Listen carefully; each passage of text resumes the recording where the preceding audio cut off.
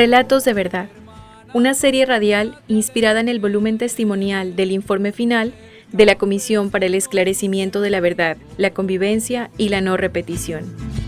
Hermana paz, nunca te alejes del pescador y su atarraya.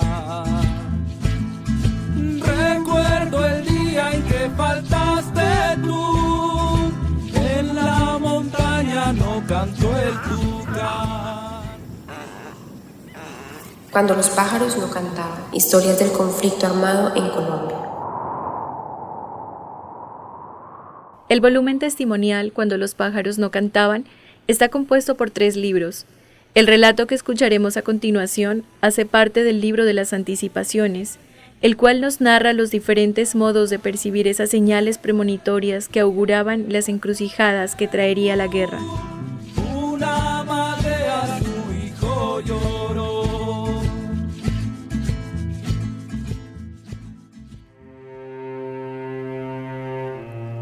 Mamá, yo no voy a volver.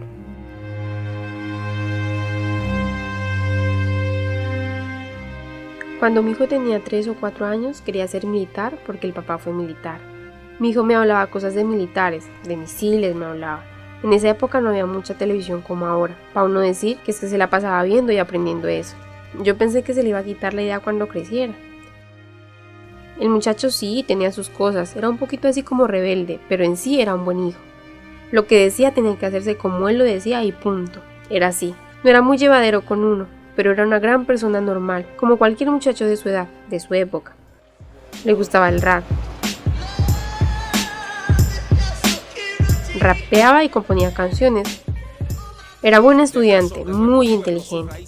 Lo que pasaba es que era un poco despistado, y por eso no le ponía atención al estudio. Pero era una persona inteligente. Lo que estudió lo hizo muy bien. Le gustaba el inglés, hablaba y escribía el inglés perfectamente. Antes de cumplir los 18 años, los cumplió el 2 de marzo de 2003. Fue y se presentó al ejército. Esperaron a que cumpliera los 18 y el 10 de julio de 2003 se fue. Eso fue en Kennedy, en el distrito 51, creo que se llama. El papá mismo lo llevó ese día. Se fue para el Caquetá, allá estuvo hasta que juró bandera. Él prestó 10 meses de servicio, después lo trasladaron al Tolima. Allá estuvo 10 años. En esos meses de soldado regular les dijeron que quien quiera hacer el curso para profesional, y él quiso quedarse. Fue muy bueno en el curso. Al principio le contaba las aventurillas a los hermanos, porque pues le parecía todo como muy gracioso. Estaba empezando. Pero a medida que pasaba el tiempo y se formaba como una persona del ejército, de pronto había cosas que ya no podía contar. Él fue cambiando su forma de ser con el tiempo, como más serio, más distante, como más retirado. Hablaba poco con la familia, venía, sí, pero no era ese muchacho chicharachero de antes que les contaba a todos los hermanos y se sentía orgulloso de portar uniforme. No, él cambió. Eran esos días que mataban 10, 12, 15, 14 soldados casi a diario. Yo me la pasaba viendo noticias, lloraba muchísimo de pensar que alguna cosa le fuera a pasar. Siempre tenía como ese pensamiento, como esa sospecha de que algo le iba a pasar. Él llegaba a la casa y volvía a llenar los formularios del seguro, ese que le cubre a ellos cuando están allá. Se ponía a llenarlos, me llamaba y me decía: madre, si me llega a pasar algo, debe cobrar este seguro. No le va a pasar nada. Me miraba y le daba como una risa, así, pero no risa, risotada, sino como una sonrisa. Se le veía.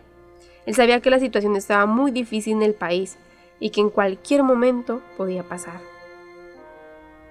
Cuando él vino nuevamente me dijo: madre, le tengo 2 noticias.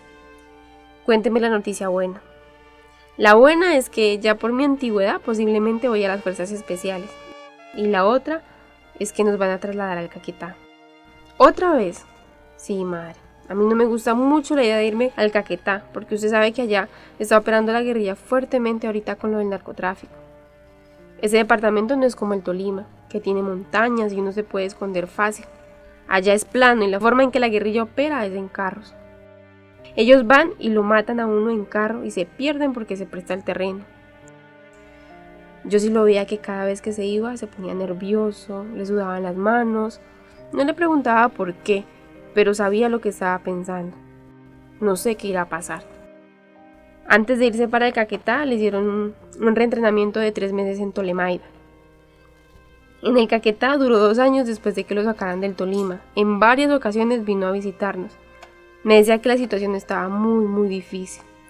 Él quería que lo trasladaran, pero pues no encontrábamos la forma. Él hacía tiempo que quería que lo trasladara. Él había caído 2, 3 años antes en el Tolima, en un campo minado. Estaba con un capitán. El capitán sí perdió una extremidad y quedó mal. El capitán fue el que pisó la mina. Mi hijo únicamente se hinchó por dentro. Exactamente no me acuerdo el año, pero fue horrible. Pensé que había sido el final. Algunas veces le dije que se retirara, que llevaba mucho tiempo dentro del ejército, y me dijo que no, que estaba queriendo ganarse su pensión, que le había aprendido solamente a echar plomo, ya tenía muchas ideas, mucha rabia en su cabeza, miraba con odio a la guerrilla, habían pasado muchos años. Tenía rabia de la situación del país. Su vida personal había cambiado, su forma de pensar había cambiado. Como a él no le pasó nada por fuera, solamente duró como 1 mes fuera del servicio, mientras se desinflamaba por dentro. Entonces volvió. Llegó al Caquetá y lo llevaron bien adentro, a las áreas más profundas de la selva. Casi no hablábamos porque allá apagaban los teléfonos. Uno no podía hablar con ellos. Pasaron 2 años después de que lo llevaran para el Caquetá, hasta 2015. Él había venido en febrero y en marzo del 2015 estuvo con nosotros. Me dijo: madre, necesito que me dé una fotocopia de su cédula autenticada. En 12 años de trabajo con el ejército, nunca me había pedido una fotocopia de la cédula autenticada. Es una tarea que le dejo. Voy a irme a Armenia y cuando regrese, quiero que me tenga esa fotocopia autenticada. Pero me lo dijo varias veces, en diferentes tiempos, en varios días. Cuando vino, me volvió a pedir la fotocopia autenticada y me invitó con un hermano de él a comer ensalada de frutas en Suacha. Una noche antes de irse, como a las 10:30 de la noche, me dijo: madre, tengo que irme a Armenia de nuevo. Si no me alcanza a dar la fotocopia autenticada, pues me la manda. A mí me dio risa, una risa, no risa de reírme, sino que me sonreí porque sé que el ejército no le da nada a uno. ¿Y para qué quiere el ejército una fotocopia de mi cédula autenticada? ¿Qué me va a dar a mí?, le pregunté, pero así como en tono burlesco. Entonces llegó y me miró, abrió los ojos y me quedó viendo y me dijo: espere que me maten para que reclame.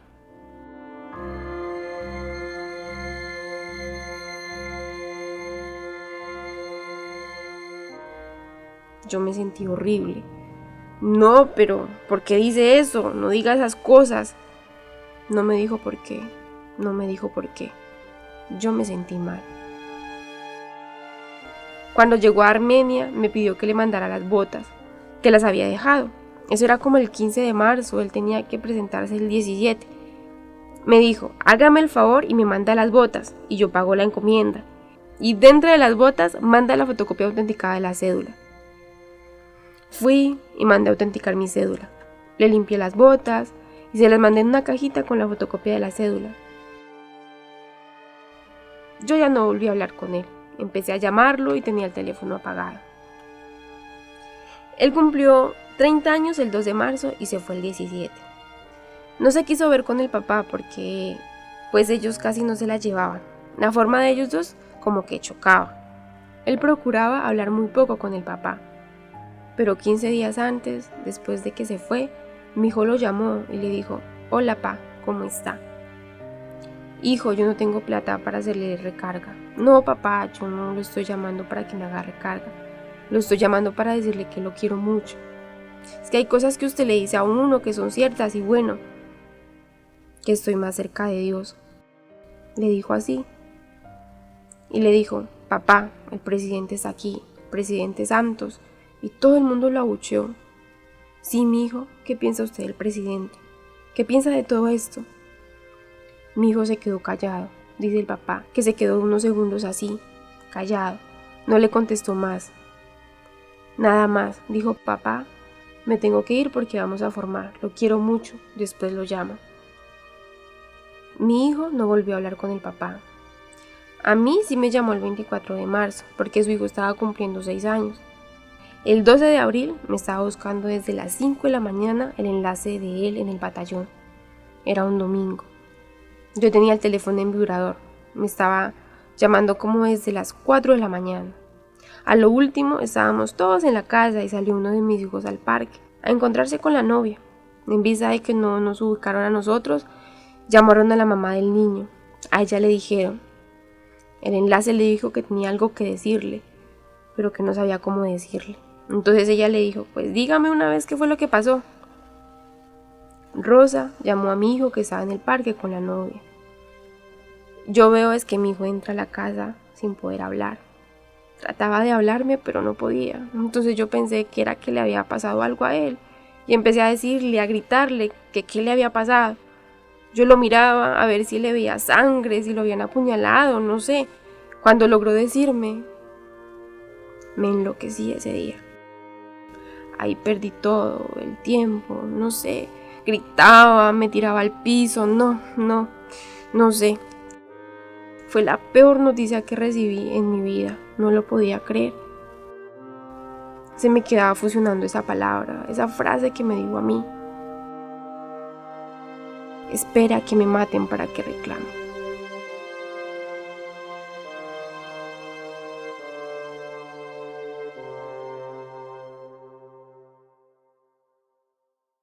Se hizo lectura en voz alta del relato Mamá, yo no voy a volver, en una vereda del municipio Valle del Guamués, con algunos integrantes de una iniciativa de memoria y mujeres de la comunidad. A veces uno piensa que somos los campesinos, los del común, que somos los que sufrimos, ¿no? Que es la guerrilla, el que está en la parte más alejada del país. Pero si uno abre un poquito más, se da cuenta que es a nivel general. Uno en esa época miraba a los militares como algo malo, porque se sentía, ¿no? Se sentía que ellos venían como a querer imponer, a querer acabar con nosotros o con la gente de por acá. Pero al empezar y escuchar la lectura de este texto, pues créame que me parte el alma. No tengo, gracias a Dios por el momento, ni hijos, ni hermanos, ni parientes cercanos militares, pero me llega al fondo. De pronto uno no lo ve, ¿no?, como un militar o como una mamá de un militar, sino como una mamá y un hijo. El ponerse en ese lugar me desgarra mi corazón, la verdad. Conocer esas verdades duras sobre el conflicto armado nos permite tomar conciencia y nos impulsa a trabajar en acciones que aporten a la paz en los territorios.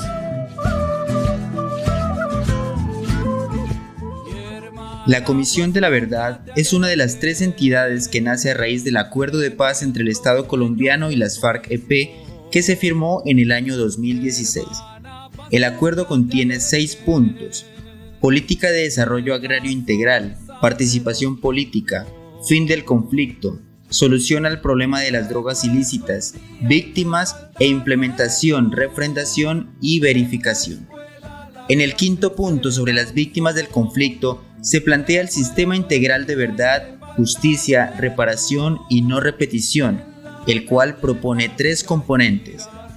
Uno de ellos, la creación de la Comisión para el Esclarecimiento de la Verdad, la Convivencia y la No Repetición.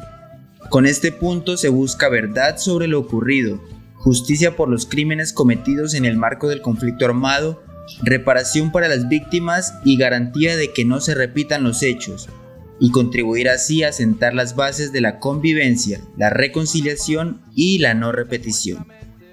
La Comisión es una entidad autónoma de carácter constitucional, a la cual se le encomendó el deber de esclarecer la verdad sobre el conflicto armado en Colombia. Para ello, se le dio un periodo de 3 años y medio que comenzó en noviembre del 2018 y terminó sumando en el presente año con la entrega de su informe final. La semilla de aquel niño cantor. ¿Por qué es importante apropiarse del informe final de la Comisión de la Verdad? Porque no quiero que mis hijos vivan lo que a nosotros nos tocó vivir en el tiempo de la guerra. No quiero que mis hijos vuelvan a ver la realidad que yo pasé. Para saber que de norte a sur y de todo rincón de Colombia el conflicto nos ha afectado y hemos sufrido y no queremos que se vuelva a repetir. Porque nosotros como jóvenes esperamos tener un futuro sin guerras, lleno de paz y no volver a la historia de antes. No queremos que nuestros hijos crezcan mirando lo que nosotros vivimos. Queremos un futuro lleno de felicidad y no un río que fue testigo de mucha sangre derramada. No quiero volver a vivir la violencia porque no quiero que a mis hijas les pase lo que a mí me pasó. Somos jóvenes y todos necesitamos una oportunidad de vivir en paz. Yo creo que conocer los relatos genera empatía, lleva a reflexionar y nos conduce, por decirlo así, a una paz verdadera. Soy grito valiente, soy un pueblo entero. Esta serie radial fue producida por la Fundación Grupo Amigos de la Biblioteca con apoyo de PNUD en el marco de la convocatoria Inspírate por la Verdad, año 2022. Este capítulo contó con las voces y opiniones de una comunidad rural del municipio Valle del Guamués. Fue editado por Miguel Arboleda. Contó con música original de Armonía Silvestre y Lina Sofía Angulo, interpretada por la agrupación Bombo Negro. El resto de equipo incluye a Gloria Morales, Diana Estrada y Jessica Calderón.